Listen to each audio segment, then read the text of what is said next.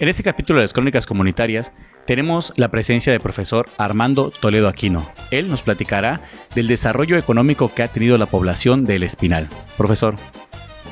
Hola Esteban, muy buenas tardes. Te agradezco la confianza y bienvenido aquí a esta tu casa. Espero que este programa y este proyecto que están emprendiendo ustedes pues recoja lo más esencial de nuestro municipio. Estamos aquí para dar nuestro testimonio a este proyecto. Profesor, hablaremos un poco del desarrollo económico con respecto a los empleos que había anteriormente. ¿Cuál era la actividad económica productiva de nuestra población en los años de nuestros ancestros? Bueno, yo te voy a hablar de la actividad económica a partir de que me doy cuenta y razono. Nosotros aquí prácticamente la población a partir de los años 60 en que ya me doy cuenta y llego a a enterarme, básicamente se basaba en la agricultura, en la producción en el campo. Había mucha producción y pues era poco la actividad comercial. Entonces, básicamente la economía del Espinal se basaba en la producción agrícola, la producción en el campo. ¿Qué se cosechaba anteriormente? ¿Qué se sembraba? Bueno, lo que nuestros ancestros nos platicaban, generalmente, básicamente, los granos básicos como el maíz, el ajonjolí, ¿no? Eran los cultivos más practicados, los más cultivados por nuestros ancestros, y en gran medida pues eso era en eso se basaba la economía, pero también en el autoconsumo de la población, ¿no? Bien, después de pasar esta etapa en la cual la agricultura era la principal fuente de ingresos de nuestra población, logró llegar con el tiempo el segundo ingenio azucarero más grande de toda Latinoamérica. ¿Cómo creció la población de manera económica con la llegada del ingenio azucarero? Mira, pues afortunado o desafortunadamente tuvimos en nuestro municipio, en nuestro territorio poblacional, esa factoría que como siempre vino a traer muchas expectativas aparentemente para el crecimiento industrial, no solamente del Espinal, sino del Istmo de Tehuantepec. Efectivamente se consideraba en aquel entonces, estamos hablando de los años 80, que el ingenio azucarero vendría a traer grandes beneficios en la economía, principalmente, repito, de la región del Istmo. Ya habíamos tenido en el Istmo un fracaso con el asunto en Juchitán de la planta beneficiadora de arroz. En el Espinal también, en una parte del territorio, se sembraba arroz. Y eso trajo consigo pues una gran expectativa en ingenio, porque muchas áreas de cultivo se empezaron a abrir a ese cultivo, a la caña de azúcar. Pero como siempre, desafortunadamente, la mala planeación de los proyectos, digo mala planeación porque no se supo valorar o no se supo planear el hecho de que la cantidad de agua que requería un cultivo perenne como es la caña de azúcar no iba a ser posible beneficiar a todo este municipio, pero además a los municipios circunvecinos, porque en este proyecto estaban incluidos Juchitán, Ixtaltepec, San Blas Atempa, una parte de lo que es Tehuantepec, Comitancillo, La Ventosa, por mencionar algunos municipios. Y eso trajo consigo pues que en un principio en la construcción sí hubo una gran fuente de empleo, se movió la economía, en Espinal empezó a crecer el ingreso per cápita de los habitantes. Hubieron muchas gentes que vinieron de otras partes del país, del estado incluso, ¿no? Y eso pues generó una gran expectativa, cosa que pues desafortunadamente a los pocos años este ingenio azucarero, también hay que decirlo con la participación de algunos malos ciudadanos no tuvo el impacto social permanente que pudo haber tenido, ¿no? Y las pruebas están ahí, los terrenos, la superficie totalmente abandonada. Se le quitaron a los productores agrícolas y propietarios de esos predios, que en aquel entonces prácticamente se les regaló. Debo decir que Juchitán, por ejemplo, no quiso vender su territorio, o los terrenos, los juchitecos no quisieron vender esos territorios. En el Espinal encontró eco, pero pues no siempre faltan, ¿no? Siempre faltan los vivales quienes se aprovecharon de esa circunstancia. Sin embargo, durante la etapa del ingenio azucarero en nuestra población, hubieron muchas personas que rentaban sus terrenos para la siembra de la caña. Entonces, sí generaba una derrama económica en estos propietarios. Sin duda. Los dueños de los terrenos, pues les fue bien. Repito, no así que fuera una actividad industrial, comercial, una actividad económica que tuviera permanencia. El tiempo que duró el ingenio, efectivamente, sí hubo un gran movimiento en el Espinal, hubo un crecimiento económico, pero no podemos perder de vista que después se aperturó una factoría en la región del Istmo que vino a ser la refinería, y eso trajo consigo otra situación, ¿no? Claro, aparte de esto, con la producción del azúcar existía la melaza, que también fortaleció y favoreció a la agricultura, a la ganadería principalmente. Bueno, y ya en ese entonces empezó a crecer la otra actividad económica en el Espinal, la ganadería, ¿no?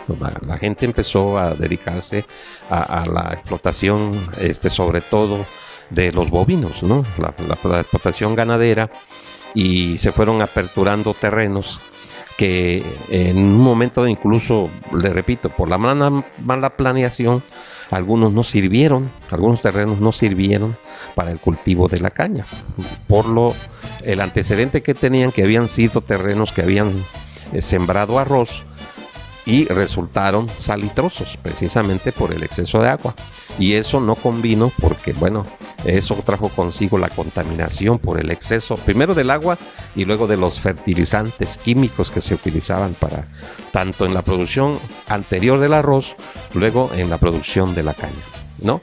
Sí, repito, trajo consigo un beneficio económico, pero muy temporal, que desafortunadamente no sé si los espinaleños no supimos cuidar, o dejamos que unos cuantos, se aprovecharan de ese recurso. Durante este periodo existieron también en la población otro tipo de ingresos o fuentes de empleo con respecto a la urbanización del pueblo, ¿no? Con la llegada del ingenio azucarero, el pueblo se fue urbanizando y llegó a tener ciertas tiendas de consumo, ciertas actividades económicas que no había antes, fondas, por ejemplo.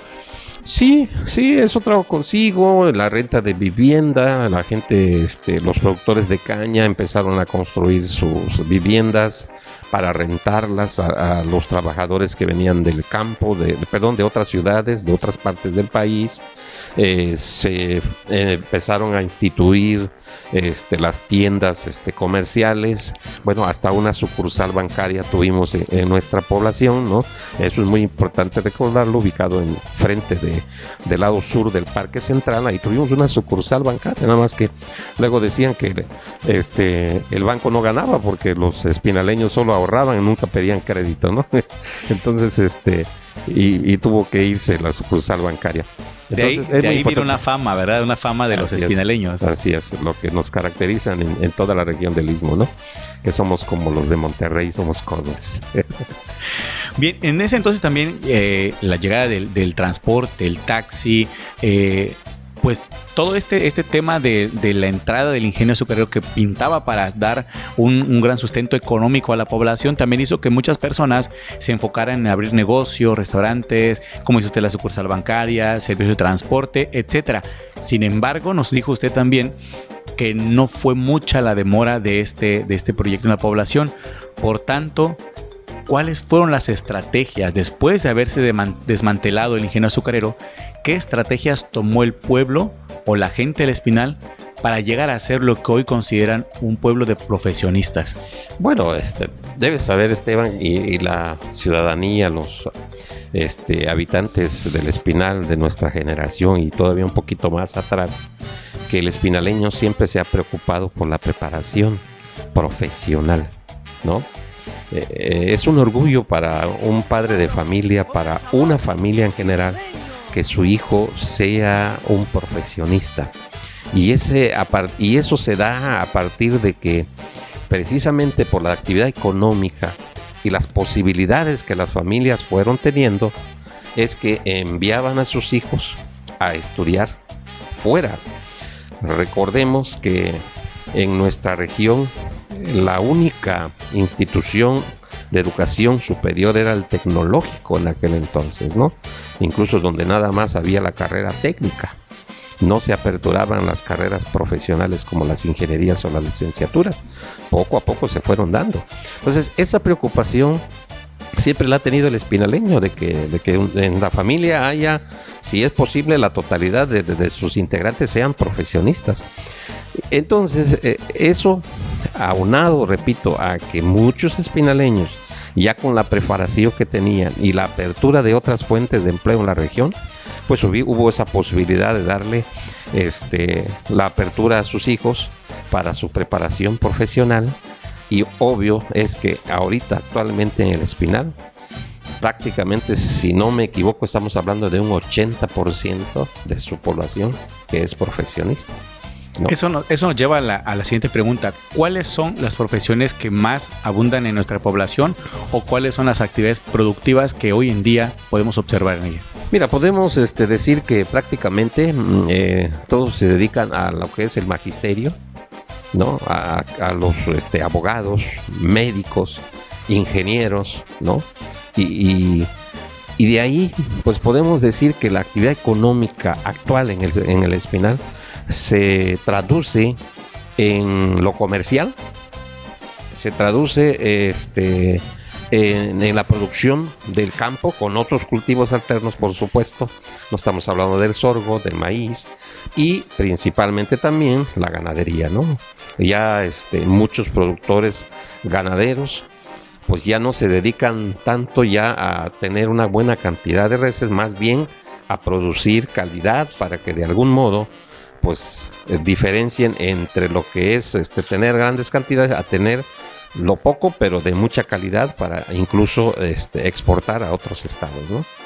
Actualmente, ¿cómo considera usted la situación económica de la población? ¿Sigue viéndose como el pueblito de antes o es un Espinal totalmente distinto? No, es un Espinal totalmente distinto, ¿no?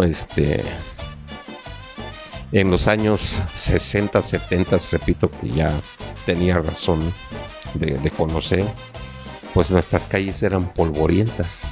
En estas épocas, transitar por las calles era enredarse con aquellas bolas de espinas que venían siendo arrastradas por los vientos fuertes, ¿no? Y sobre todo la gran polvareda que se armaba.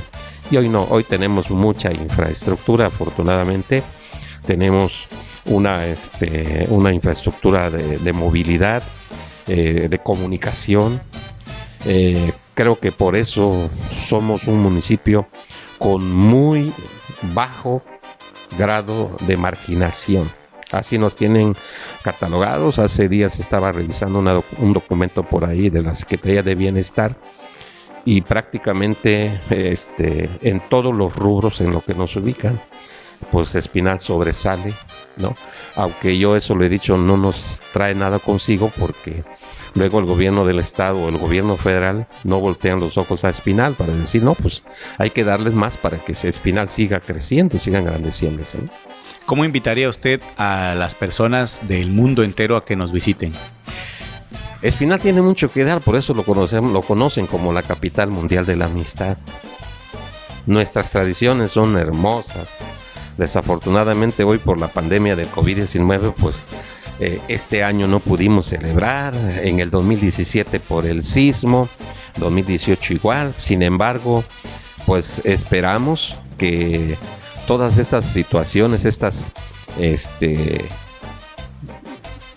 de situaciones difíciles que estamos pasando, logremos superarlos Y Espinal tiene mucho que darle al Estado, a México y al mundo, con sus tradiciones, sus velas, sus bodas, sus labradas de cera, sus regadas de frutas, su feria anual. En fin, tenemos mucho que ofrecerle a México, tenemos mucho que ofrecerle al Estado y tenemos mucho que ofrecerle al mundo. Profesor, gracias por esa entrevista. No, Esteban, gracias a ti por la oportunidad que nos das de dirigirnos a nuestros paisanos espinaleños, a México y a Oaxaca. Ojalá y pronto nuestras familias, nuestros paisanos, nuestros hermanos, primos, familiares en general, todos los que estén fuera, podamos reencontrarnos, abrazarnos, para que ya ese vínculo nuevamente del espinaleño con su familia pueda darse ese abrazo fraterno, pero también esa solidaridad que siempre ha demostrado Espinaleño tener, ¿no? Muchas gracias, profesor. Gracias.